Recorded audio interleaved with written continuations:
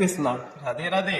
आपके साथ फिर से मिलकर बहुत अच्छा लग रहा है। जी हाँ, आज मैं आपके सामने फिर से राधा कृष्ण जी के नए अध्याय को लेके आ चुका हूँ। अध्याय नंबर पहला, जैसा कि मैंने आपसे कहा था, अर्जुन विषाद योग। तो दोस्तों, जो अर्जुन का विषाद योग था, उससे आपको जो चीजें है वो मैं शेयर करने वाला हूँ, जो मैंने पढ़ा हुआ था। जी हाँ, हल्की हल्की बांसुरी में जब हमारे श्री कृष्ण जी बजाते हैं, उसमें ये धुन आता है दोस्तों, जय श्री कृष्णा, राधे राधे। तो दोस्तों, राधे राधे बोलिए। यदि चैनल को सब्सक्राइब और फॉलो नहीं किया तो कर लीजिएगा।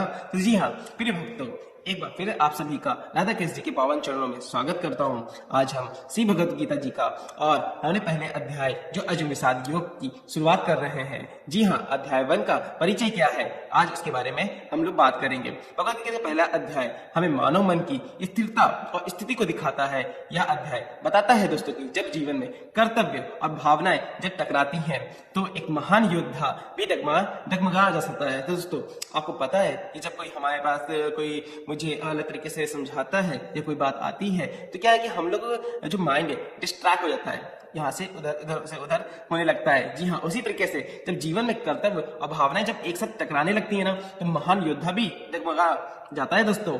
जी हाँ, जब कुरुक्षेत्र का उद्देश्य और कुरुक्षेत्र का जो दृश्य था, उसमें क्या था, धृतराष्ट्र जब पूछते हैं, हे संजय, कुरुक्षेत्र में मेरे और पांडव के पुत्र को क्या किया है, पांडव के पुत्रों ने क्या किया है उनके साथ, यही कथा शुरू करती है दोस्तों, यहीं से कथा और यहाँ से हमारी कहानी शुरू होती है। जी दोस्तों, एक और पांडव, दूसरी ओर कौरव। जब दोस्तों दोनों सेनाएं युद्ध के लिए तैयार हो रही होती हैं और दोनों सेनाएं तैयार हैं, अब क्या है स्थिति, जब धृतराष्ट्र जी संजय से पूछते हैं, तो बताइए अर्जुन का मन बदलना। तो दोस्तों, कैसे अर्जुन का मन उस समय डगमगा रहा था, तो वो सब इसमें बताया गया है। जी हाँ दोस्तों, अर्जुन का मन डगमगाना आपको स्वाभाविक है।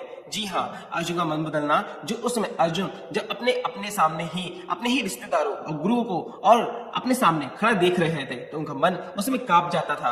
अर्जुन कहते थे, हे केशव, मैं अपने ही लोगों को मारकर राज्य, सुख और विजय कैसे पा चाहता हूँ, मैं अपने लोगों को मारकर ये सुख कैसे प्राप्त कर सकता हूँ, मुझे विजय नहीं चाहता। तो दोस्तों, अर्जुन का विषाद, इसी में दुख जो प्रकट हो रहा था। अर्जुन का धनुष हाथ से गिरने के ऊपर था, कि हाथ से गिरने जो उनका धनुष था वो छूट रहा था। उस दर्द और उस पीड़ा को देखकर, उसको फील करके शरीर कांपने लगता था उनका, और मुख जो सूख जाते थे, वो अपने आप मुख सूख रहा था उनका।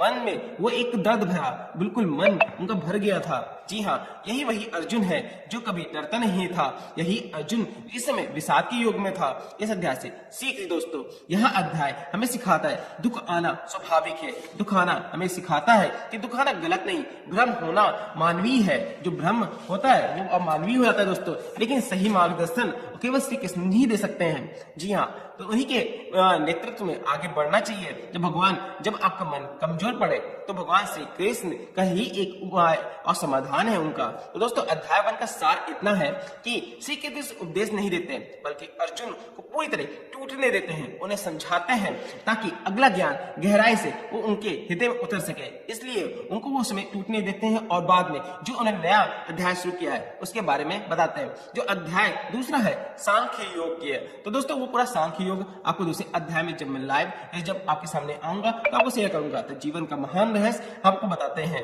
तो अगले आपको यह लाइव अच्छा लगे हो तो दोस्तों लाइक करें, सब्सक्राइब करें, फॉलो करें और इसे आप लोगों तक शेयर करना मत भूलें। मिलते हैं आपसे दोस्तों नए अध्याय सांख्य युग में।